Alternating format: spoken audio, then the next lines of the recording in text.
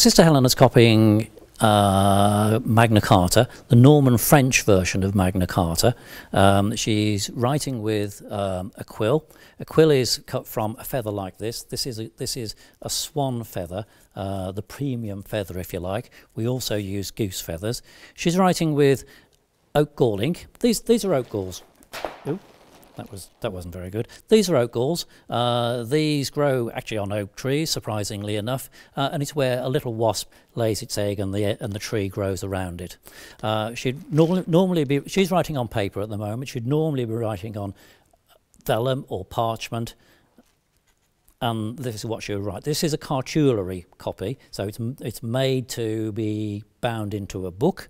The whole process was very expensive. Parchment and vellum is very expensive. Not many people could read or write anyway, so it had to go to either professional scribes or clerics, monks like myself, and hence the fact that when they were writing Magna Carta, the main charter Magna Carta, it was written very small.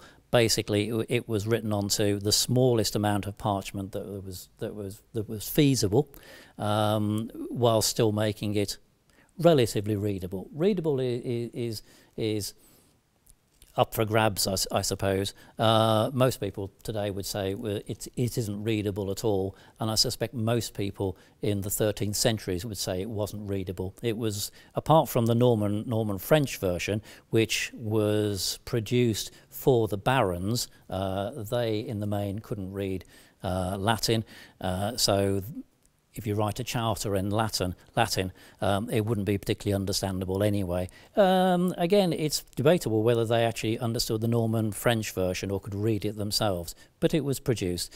The Latin version was very unreadable, if you like. It was written very small. There were a lot of abbreviations.